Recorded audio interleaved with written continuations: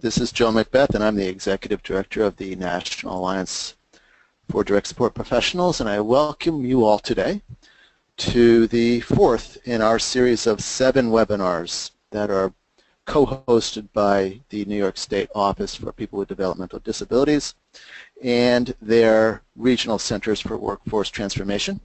I just want to give you a couple brief introductions and a little bit of information about today's webinar.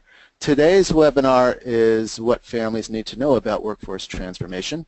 The content is primarily for family members, but we also know that there are probably many managers and agency administrators and hopefully some direct support professionals on the call this morning, and we hope that you also get a lot out of this information and share it with the families that you work with.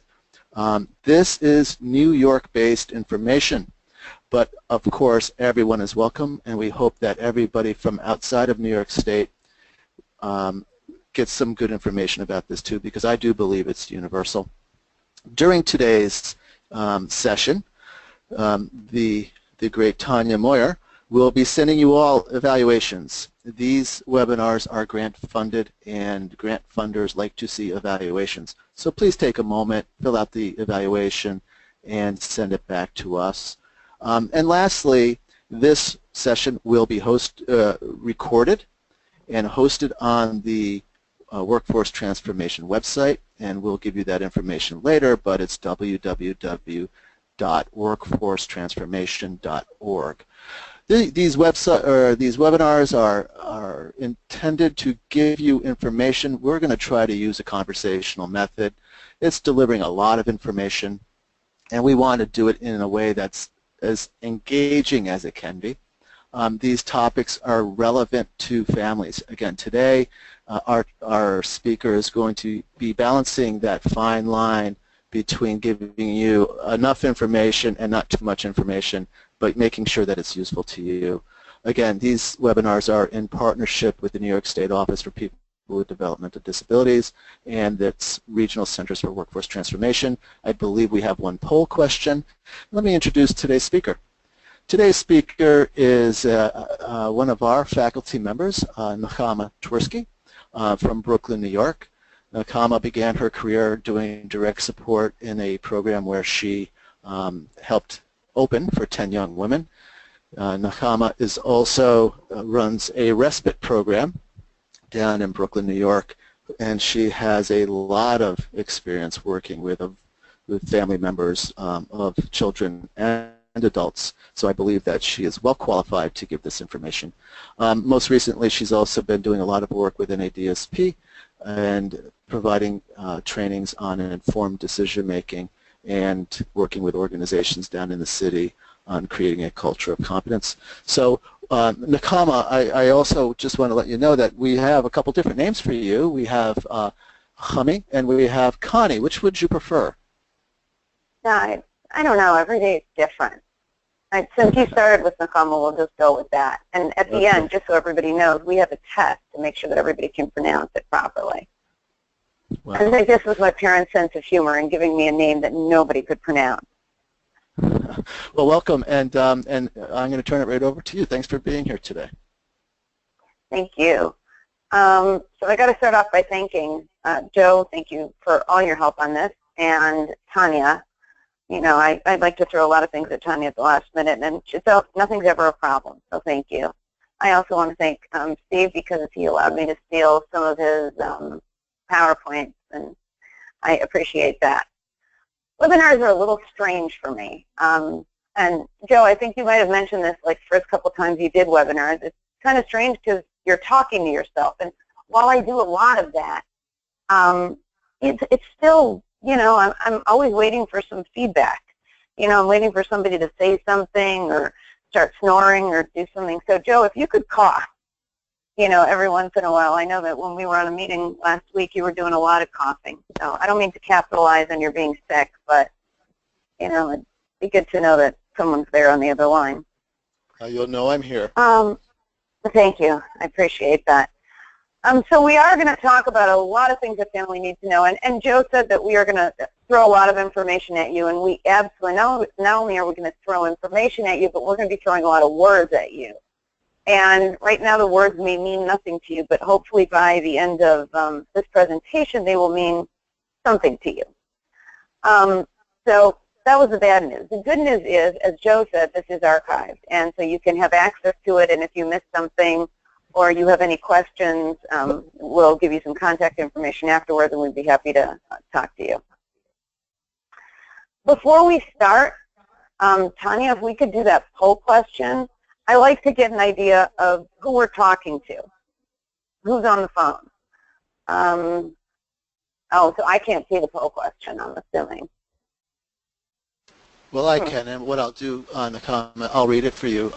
Who's attending this webinar? Please select one: direct support professionals, family members, providers, or other. Okay. And we'll give Tanya a minute or two. Okay, great. So as you said, Joe, we're talking about workforce transformation, and I got to be honest with you, that's a word that I keep hearing a lot about, and there's a lot of these, buzzwords that we throw around, and I'm sure they mean a lot to some people, but certainly to family members, direct support professionals, and other people, there's a lot of these words don't really mean much. And today we want to make it user-friendly.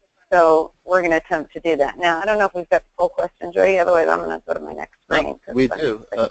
Let me interrupt you very briefly. 9% of our audience are direct support professionals. 9% are family members, and 58% are providers, and 24% are others. So I would imagine that they are probably agency management types. So there you have it. Thank you, Tanya. Okay, thank you. That is very helpful. Well, again, this is geared towards family members. We will be talking a lot about direct support professionals, and of course, all this information hopefully will be useful to all of you. So here's what's changing. You hear these words, but we've got a lot of things changing, certainly in New York State and, of course, all around the country. And I don't know about you, but I find change pretty scary. To give you more of an idea of what these changes are like, there's actually a workforce transformation website. Is a great website. It's very user-friendly. If you go onto it, you see the address up there. And that's actually a snapshot of a video about the workforce transformation and, how direct support is different from direct care. And when I say it's user-friendly, I mean it's user-friendly because I have AOL. Yeah, I won't admit that. Actually, I just admitted it in public. But and I can figure it out. So if I can figure it out, you can definitely get on there and you will find lots and lots of useful information. But since this is geared towards family, let's talk about family for a minute. What is family? Why is family so important? Family connects us to our past. And of course, we all know that our families help shape us into who we are. I've got a magnet on my fridge that says, "Mirror, mirror on the wall, I am my mother after all." And so there is that connection. Family connects us. What's more important for us to know, whether we're families, providers, direct support professionals, is that every family is unique. And families are messy. And every once in a while, we'll see someone that is doing something, and we just look at them, and we're thinking to ourselves, now, what are they doing? It makes no sense. But in some context, it does make sense. When we were little kids, we had this tape that we used to listen to. Yes, I know I dated myself by saying tape, but we had this tape that we used to listen to, and it was absolutely hilarious. And our entire family, over time, everybody got to listen to it. And there was this king in this tape that asked for a glass of water. And somebody responded to him and said, "Water, water, your majesty." And we all thought it was hysterical. And it became a family line. So if you happen to be sitting next to me and some of my siblings in a restaurant, and anybody in my family asked for water, we would all automatically start saying, "Water, water, your majesty." Now, obviously, that would be pretty strange sounding to anybody, and people would look at us and go, well, that's really sad. I wonder what happened to them. And, you know, that's just family dynamics. So it's important for us to take that into account when we're working with families. Some interesting statistics, and some of you may have seen these before, but I was kind of surprised by these statistics because the last line, if you look at it, we've got 5 million people with disabilities across the United States, and 71% of them live with family or caregiver. And that's a lot more than I expected. And that number is going to be growing because this is an evolving trend. And direct support professionals are going to be spending more time in family environments than any other setting. And more people will be living with their families as they receive support. So it's really important for us to have these conversations about direct support professionals, families, what families need to know, and certainly what direct support professionals need to know. Nakama, if I could just jump in there for one moment. Sure. In New York State, you know, a lot of organizations are providing a service called community habilitation. And community habilitation is pretty much direct support professionals going into family settings, into family homes, and supporting the family member with a disability. That is a service environment that is becoming very, very popular. And it is a very tricky place to work, as you said, because DSPs are working independently of supervision and are in a situation that is fluid and always moving. So those direct support professionals, and the other thing is, many of them are very part-time, and difficult. Those part-time people are difficult to come to training, to go to training. So we have to make sure that those people are skilled. Would you agree? Oh yeah, oh yeah. And it's a challenge that I work for a provider agency, and I'm the director of training for the agency. It's a constant, you know, we're always navigating around it. How can we figure it out? How can we get people to trainings? What incentives can we offer? It is definitely a challenge. But Joe, I also wanted to mention how a family world changes when they have a child with disabilities. Everything changes. It's not, unexpected. And, there are different schools, expenses change, all sorts of strangers enter people's lives. And actually, I was thinking that maybe you could share a story about a particular family and how this, how having a child with this disability changed their lives. Oh, sure, I'd be happy to. And actually, this is a very interesting story. About 1.5 years ago, it was very close to Christmas, and I got an email from a mom who lives in the Lehigh Valley of Pennsylvania, and her son, about 18 years ago, when he was in middle school, suffered a cardiac arrest and was sent to the hospital, and subsequently was in a coma, and came out of the coma with some developmental disabilities, physical disabilities, and the family's life changed that day. And her name is Cheryl Dugan, and she and I exchanged a few emails because her son Renzo lives in his own home, and Cheryl is helping Renzo hire and develop direct support professionals who work with him. And she was very interested in the NADSP's Code of Ethics and competencies, and she understood the challenges of direct support, but she also understood that really good direct support professionals really help Renzo achieving great things in his life. So she put the whole thing together. Long story short, Cheryl has become very close to the NADSP, so close, as a matter of fact, that she just joined our board of directors. But it's a really good example of how family members work so closely with direct support professionals and understand the connection between those skills and the outcomes that their disabled family member achieves. And there's a really nice picture of, well, it's actually a sad picture of Renzo, I'm sorry, but a beautiful picture of Cheryl and her husband and her son Renzo. And I do believe that Cheryl posted something recently, didn't she, Nakama? Yeah, yeah, she actually did, and that's what made me think of this. Just, I believe it was a day or two ago. I was looking at my Facebook page, and I'm a fan of Cheryl, and she had written this, and it really hit home for me in the work that I do with families. This is what Cheryl wrote. Our hearts were broken 18 years ago today. Our lives transformed. Each day since is filled with hope and passion, tethered by impossible sorrow, buoyed by the possibility, exhausted by reality, sustained by an abundant love that bears all things, believes all things, hopes all things, endures all things. Today, I grieve for what might have been.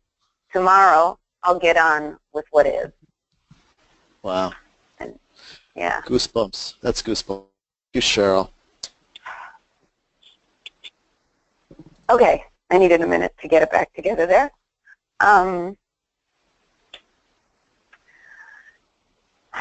The evolution of a field, the field of disabilities. So if you look at this little graph, and you know, part of the graph is actually very sad, but you know, at the top left-hand side, this described the world of disabilities in the 50s and 60s. Disabilities being inhuman, sinful, hopeless. There was a lot of exploitation and neglect, and that was the era of institutions. Top right, disability was still considered, you know, sinful and pitiful. People with disabilities needed to be helped. There was a recognition that they needed assistance. And that was the movement kind of called normalization in the 70s. On the bottom left, we started talking about empowerment of people with disabilities and people with disabilities being included. 80s, 90s, the time of inclusion. Group homes were open. People had more access to the community than they ever did before. And then, of course, to the bottom right, which is really an era of self-determination and support, really inclusive community, mutual relationships, and partnerships. And we continue to move forward. But, you know, I feel like the evolution of this field is somewhat slow. And I've been trying to figure out, you know, what is holding us back from embracing this change. And when we looked at that whole list of words, a couple of things struck me. And one of the things that holds us back is fear. Let's look at how technology evolved. And Joe, you always give this as an example, you know, the pager. You know, years ago, I remember when I had a pager for work and somebody would try to contact us, and that's how they got to us. And then we moved on to the flip phone. And we were all so excited with this new little gadget. And now, are you kidding? Everybody's got a smartphone, and it does everything but eat for you. You've got, you know, it's got an alarm clock on it. It's got cameras. It's got social media. You know, your whole life can be on that flip phone. And we're pretty comfortable with how technology is evolving. And I don't think that many of us insisted on hanging on to our beepers.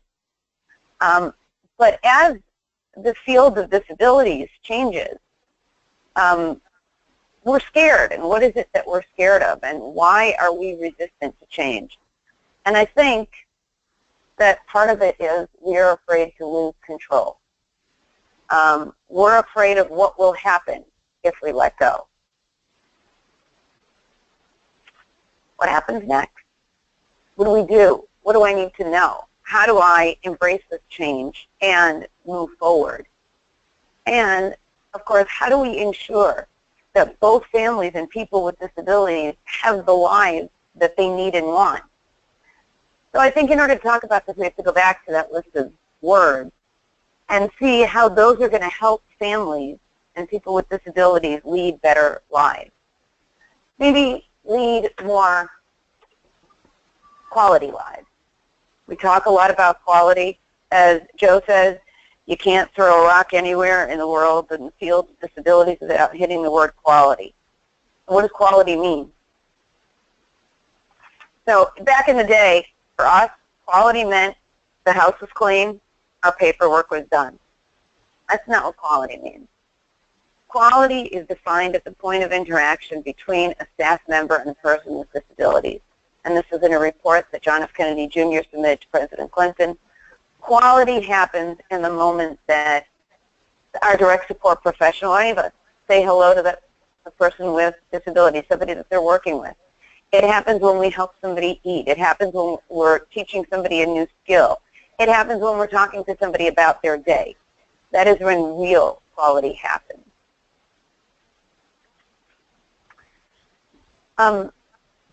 But how do we have quality support? How do we make sure that we get quality? So the NADSP, of course, has a formula for that. How do we ensure that we have quality support? And that is, if you look at this chart, there are really three things that are key to that, for this formula to good quality support.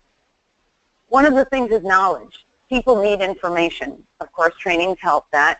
But what's more, you as a family member, you as someone who knows a person that you're supporting, sharing that information with people, that's knowledge. So we're going to talk about skills in a little bit, but you know, any one of us who have been to a doctor, we certainly want a doctor that is skilled. We want a plumber, for that matter, that's skilled. Direct support professionals need to have uniforms so that they can become more independent and professional. And then, of course, we have code of ethics.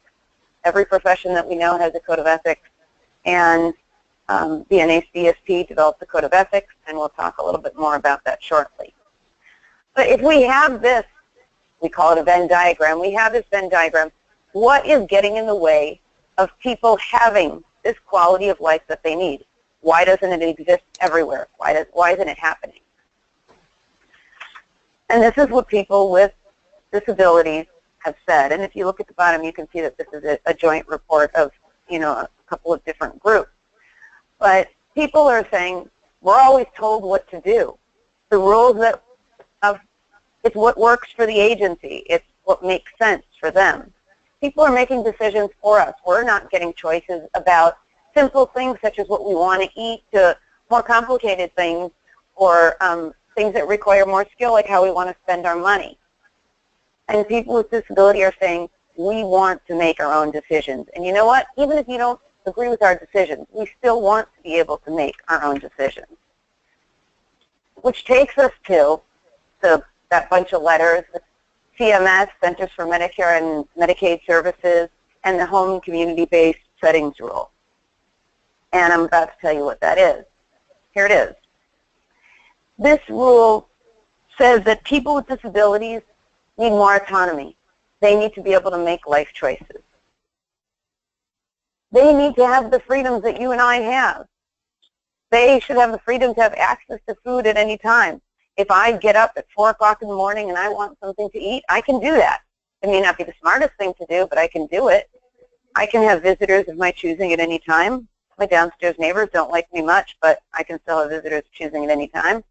And I can decorate my living area in any way that I want. But there's more. And that is competencies. A lot of us have heard about the New York State competencies, the direct support core competencies, and you know, we may have heard of it, but I don't know how many of us know what that really means. So New York State has said, we want to professionalize our workforce. We want the standards to be the same for every single DSP. And certainly, as family members of people with disabilities, we want people that are skilled working with our family members. We need a uniform set of skills. And these are the competencies. There are 23 of them. And if we look at them, I mean, you can go through them and glance through them. I'm not going to go through every one of them. But we certainly want a direct support professional that going to get to know our family member through assessment and discovery. That's going to take that time to do that. We want somebody that's going to facilitate their personal growth and development. We want somebody that's going to support their health and wellness. And if you look through this, our direct support professionals are doing a lot of this. We want them to be aware of this, to learn it, and to be practicing it, so that direct support professionals can be much more skilled and can be much more professional than they are already. Nakama, if I could just interject, if you could go back to that one slide, because I'm looking at this from a family's perspective, and I'm thinking, goodness, you know, this is an awful lot. I didn't realize direct support professionals did all these things, but when you really get down into it, you know, what does promoting advocacy with my child really mean? And how can I help a DSP promote my child's advocacy? You know, certain things like supporting safety, that's very important to every family. I mean, that is the first thing that family members would think about. But you know, how does a DSP help my child stay safe? In what ways? You know, helping them safely cross the street, or helping them identify or interact well with strangers. It's such a broad 23 areas that covers so much work that DSPs do. And I'm wondering, what is the best way for our provider friends out there listening to share this information with families in a way that makes good sense without getting into the weeds? You know what I mean? What would you recommend? What is the best way? You know, you work with so many families in your respite program. How are you going to share this information with families? Well, there's a couple of ways. One of the things that we do, and we'll talk about the evaluation tool shortly, is we teach families how to use the tool in a way that helps them understand what it is that the direct support professional is doing, and you know, getting a sense from the direct support professional as to what their goals are and how those goals kind of work with these competencies. But you know, Joe, one of the things that I've done with our direct support professionals, just to get an idea of, are they really doing these direct support competencies? Because it looks to me like, when I look at this list, geez, some of the people that I work with are doing these things all the time.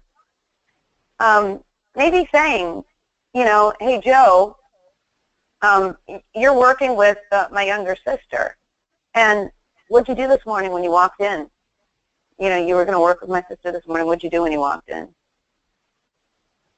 Well, I said hello. You said hi. Okay. Yeah. And what'd you do after you said hi? I said, what would you like to do today? What do you have planned for today? Okay. How was your day? How was your day? You know, we talk about their day, and from that information, did you have a good day? Did you have a bad day? Did you feel sick? And I know what that is. That's getting to know the person through assessment and discovery. That's exactly. Competency area B. But it's also competency area G, creating meaningful communication. If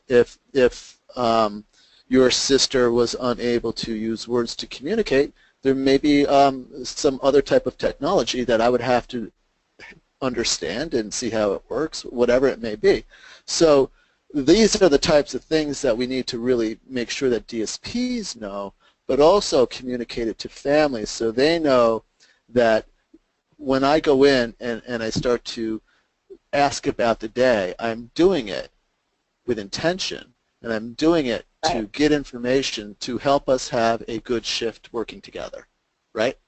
I think that's what's about. I think we're going to talk about, thank you, I think we're going to talk about some of the things that families can do to be an active part of this process and to certainly help DSPs become as skilled as they can be. So, of course, we talk about things changing, and you've got this care and support and change. I got to tell you, the word change scares me. You know, I like things to stay the way they are, and a lot of families feel the same way. But here's what some families talk about. You know, I've been doing this all my life. I've been doing it one way all my life. Why do you got to change this up on me now? You know, it's hard to let go. And, you know, what's more, you know, my child, you say you're providing support, not care. Well, you don't know my sister. My sister really needs a lot of care. Does that mean that since you're only there to provide support, you know, you're not going to help her get dressed anymore because you're going to expect her to do that on her own?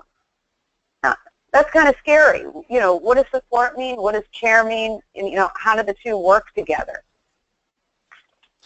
Yeah, if I could add to that's a really interesting concept, because we talk so much about direct care versus direct support. And I think we also need to really make sure that families have a good understanding that we will always provide care to the expectations and to the needs that your family member requires. We will always provide care. But what we're focusing on is more support areas of we're not going to focus primarily on care and health and safety. We're going to also focus on helping you make decisions. We're going to focus on you helping find meaningful things to do during the day, or finding work, helping you make and maintain friendships and relationships, helping your family member be part of their community. And that's really a leap.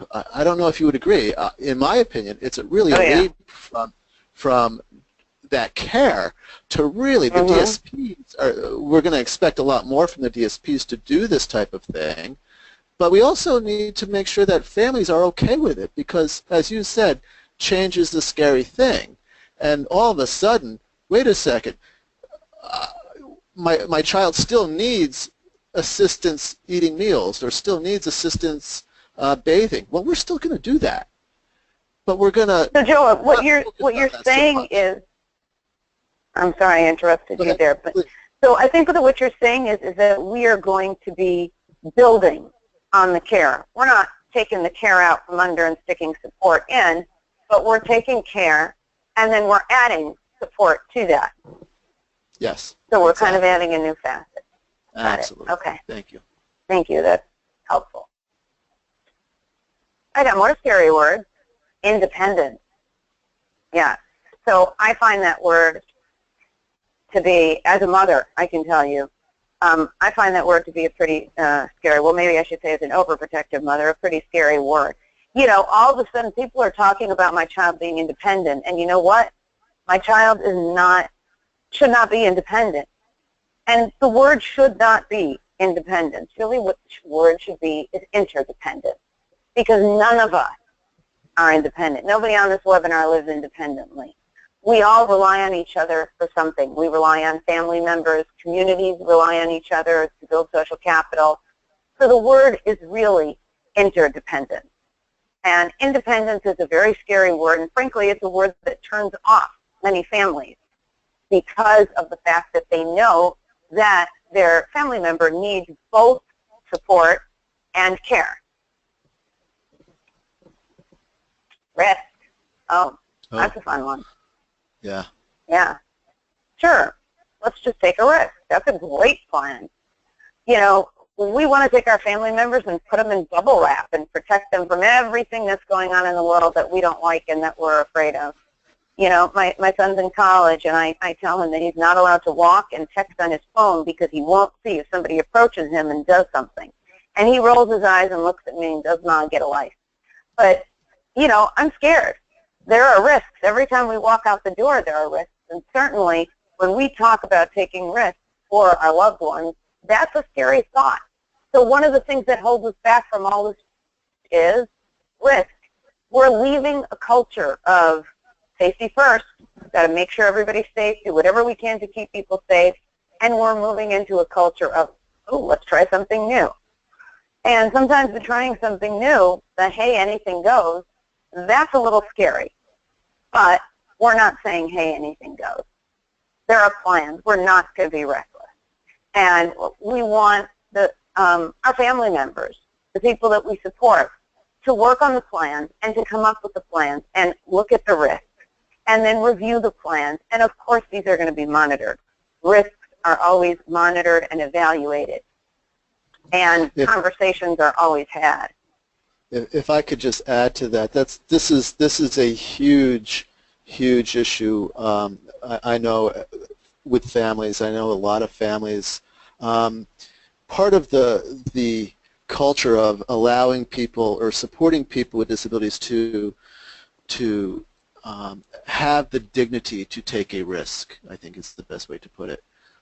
It comes from that settings rule that you spoke of, when the federal government, who is the funder of services to states, in its rule said that people need to be helped to make their own decisions and to be more autonomous in making life decisions.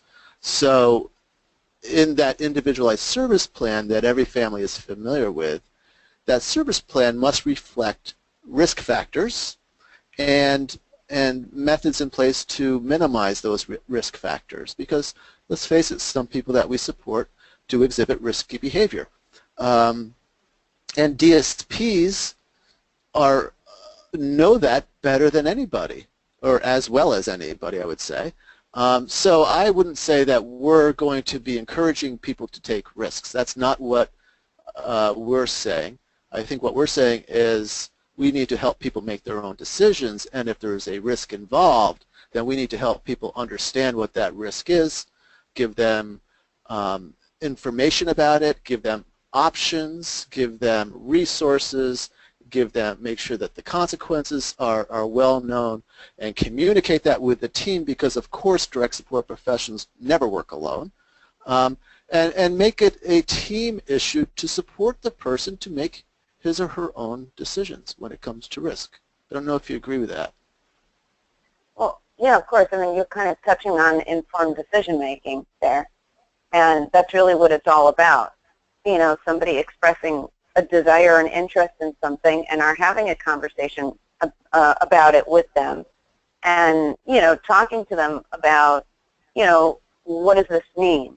And, you know, do you know what this is? And then giving them options and, you know, evaluating it together and then making a decision. But of course, you know, we take into account some of those risk factors. So, you know, if I get up at 3 in the morning, Joe, and I want a salami sandwich, that's a really bad idea, you know, especially since I have indigestion.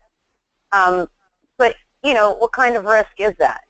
And my guess is that you would probably talk to me about my indigestion and what that salami sandwich might do to me. And then, you know, we would probably talk about what other options there could be. But at the end of the day, we're going to look at that risk and how long, you know, that risk is going to affect me. And if it's the kind of decision that's going to affect my life, and it could be a long-term effect, obviously that's not something that we're going to take lightly. Yeah, and the last thing I would say on this, and I want to make sure that the families who are with us today understand this, this includes you. This type of work includes the input of family as a very key member of that team. So I don't want people to be nervous that, you know, direct support professionals are going to be encouraging risky behavior. They're not. What they're going to be doing is helping people assess risk and helping people be safe in that planning. Thank you. So we're talking about change, which of course the big scary word change, and then relationships. And, you know, Joe, you had sent this to me a while back, and I really liked it. In fact, I think you found it on Facebook. And it was written by a family member. If I let go, I will be forgotten. Many families fear that other people won't be able to do things as well as they do. But what if they can? What would that mean to a parent or a sibling who's invested so much of their life being that important person? For these families, it's important to be reassuring and recognize their need to feel loved and needed. Nobody wants to feel replaced. For some family, all of their value feels connected to that role as a parent or as a sibling. Without that responsibility, one that they've had since the beginning, they may not know what to do. It can be freeing, but it can also be frightening and sad. And adjusting to the new role takes time, and this adjustment can be eased if as staff, whether it's providers, direct support professionals, anybody. We we make that effort to keep them involved. Families are an integral part of the lives of the people that we support. And it's really important for all the providers and for everybody else on the phone, for direct support professionals, to realize how important families are to the people that we support. And I love that quote. And if I were an administrator of an organization that hires direct support professionals, that would be in everybody's check next week, because that is such an important concept for every direct support professional and every level of in the organization to keep in mind. It's that important. Let's talk about our direct support professionals. So, you know, as things change and as the service industry changes, direct support professionals are going to be working in the community, and there's going to be a lot of family interaction. And the direct support professionals are not going to have as many peers as they did have before. Direct support professionals need information, and they need families to give them information. And, of course, direct support professionals need time. It's a learning curve. They're going to have to learn about this new environment, and they're going to have to get information about the person they support and, you know, what the family's interests are and what's important to them. And giving direct support professionals feedback is super important. And it's also important to remember, you may have 2 or 3 direct support professionals that come in at different times to work with your family member. Everybody's got a different style. Everybody brings themselves to work. And whether it's a different style, you know, in simple matters such as, you know, getting somebody dressed, helping somebody get dressed, or make choices how or when someone's going to have their medicine or learn a new skill, we need to respect that style. And we also need to learn about what the family styles are and what their interests are. Our code of ethics. So the NADSP developed the Code of Ethics in 2001, and it was adopted by New York State in 2012. And here are the 9 tenets of the Code of Ethics.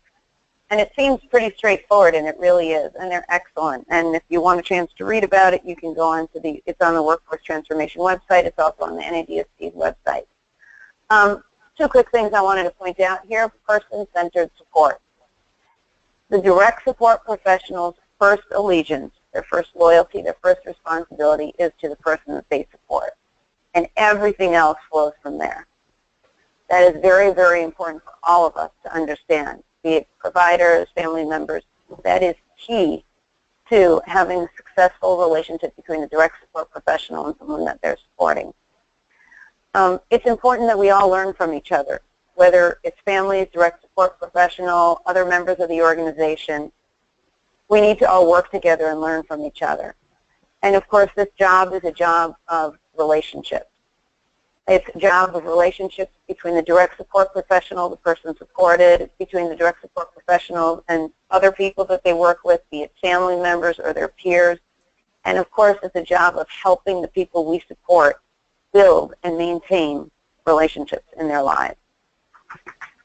Nakama, I've got a kind of a question, a little provocation, if you will.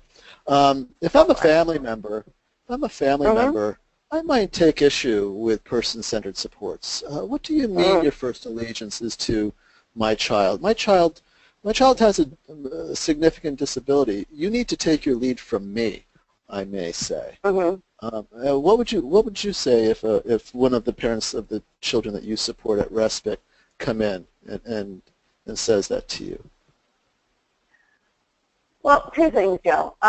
Number 1, of course, I want to get information from the family. I need to know what's important, and the family needs to be involved. But at the end of the day, if I'm all about what my agency wants, if I'm all about what the family wants, if I'm all about what my boss wants me to do, then I am neglecting a very, very important responsibility, and that is the person I support. It'll take time for me to get to know that person and understand their needs, their likes, their dislikes, and of course I need information to do that. But they are my first priority. And sometimes there will be conflict, and we will talk a little bit about that. but I need to look out for. My job is to look out for that person that I support, first and foremost. And oftentimes, like you mentioned, families are afraid of change and forward movement. And maybe somebody I support says, hey, you know what? I want to try a different kind of diet. I want to do something different. And the family says, oh, no, absolutely not. This is a diet we've had for years. That can get tricky. Something as simple as a diet can get tricky. And where do you go with that? But that's not to say that the family input is not key. Of course it is. Well, and I think the tenet of respect says it so well. You have to balance that with the respect and sensitive to the needs of the person and the family. So that's where listen, that's where the job of direct support becomes so tricky, because you have to balance your allegiance to the person, but also your respect for the family. And I think direct support professionals need a lot of help doing just that. Right, and a lot of it is in, they always say it's in how you do it. It's not so much in what you say, but how you say it. Yeah, that's true. But maybe this will help a little bit. What do we do now? Here's what happens next. And this is important for families to know. We've talked about what all these words mean and what all the changes are. And this is kind of what we have to do. This is our homework. We need to share. We need to share with direct support professionals, with, the providers. Talk to them about what are your customs, what is your holiday, what is your family culture, foods, your interests, something like sports, religion, your love for nature, someone's love for music. People need information. In order to do their job and to do their job well, we need to be able to provide people with information. And of course, connections and relationships. There could be nothing more important to a person than their relationships. I know that my relationships are key to my life, and the same thing is true of people with disabilities. They talk about how lonely they are. Helping someone connect, maintain their relationships with their families, their loved ones, their friends, their neighbors. That's a very important part of a direct support professional's job. And then we need to make sure that when a direct support professional comes in, and they may have a lot of creativity and some novel ideas, and some of that may be new to us, we don't want to shut that down. We want our direct support professionals to be creative and to think out of the box, and we need to be open to that. Now that we've got, all this change, and this is all good change, and this is forward movement, I would expect that this is going to be smooth sailing. We're just going to march on forward, and it's going to be perfect from here on in, right? I mean, there should be no problem. We've got competencies, we've got all of these things we've talked about. We've got a code of ethics, we've got knowledge. Everything should be perfect. But we all know that that's not true. There are obstacles everywhere, and there will be conflict. Life doesn't exist without conflict. It's important that we take baby steps. This is a huge change. We're going to take baby steps. We're going to work with the change. And Joe, as you were talking about before, you kind of beat me to it there, being respectful. We need to all be respectful of each other. And if I go back to one of my first slides about family, we have to understand that everybody's coming from a different place, and everybody comes with their own culture. And at the end of the day, we all need to remember, we need to keep our eye on the ball. This is about the person that we're supporting, and that is all of our goals. And if we keep that goal in mind, then everything else can really come together. Evaluations. So we mentioned the word evaluation, and what does that mean? So New York State now has an evaluation tool. And the evaluation tool is going to be used to evaluate those skills, those 23 skills that I showed you earlier, of the direct support professional. How are they doing? Where are their strengths? What are some areas that they need to work on? And so this tool that I'm going to show you, and I'm just going to show you a piece of it, and you can find this on the Workforce Transformation website also, is for self-advocates, for family members, and other advocates. And this is really a great tool to use, and it really helps the family be involved, have a part of what's going on, and certainly share with the direct support professional what their thoughts and feelings are about what it is that they're doing. So this is just a sample. I took, one of the goals out, and this is a sample of what it looks like. And not only do I recommend that a family member and advocate use this tool, I recommend that direct support professionals use this tool and self-evaluate.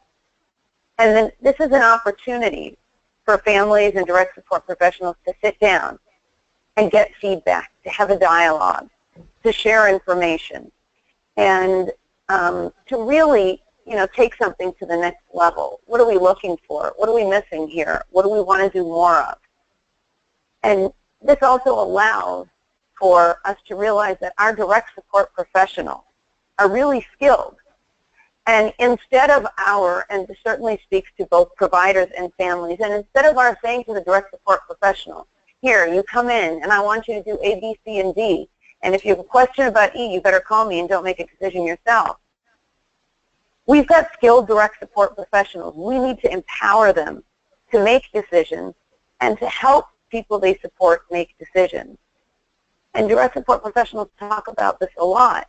They say we're always being told what to do. We're never given that leeway to make decisions. And so it's really important in our job to empower direct support professionals. I was just Joe, you were going to say something? Yeah, I was going to say, isn't it nice that family members and people receiving support have an opportunity to give input on the evaluation of the direct support professionals who are assisting them? And the nice thing about this is that it's kind of worded in a way that is meaningful or more accessible to family members who may not be in the know of the skill statements that are attached to those 23 competency areas. It's kind of free of jargon, and I think it's worded so well, and it's such a great idea to give family members and people receiving services the opportunity to give input on that evaluation, and not just negative input or positive input, but input that could help that DSP grow. And I think that's what the evaluation tool should be focusing on. How can that direct support professional grow into a better direct support professional? Yep. We want this to work. We know it's scary. This is new frontier for all of us. We're, moving into the unknown. But it's important for us as family members to understand that our direct support professionals are going to be in new environments. We need to share information. We need to have these discussions.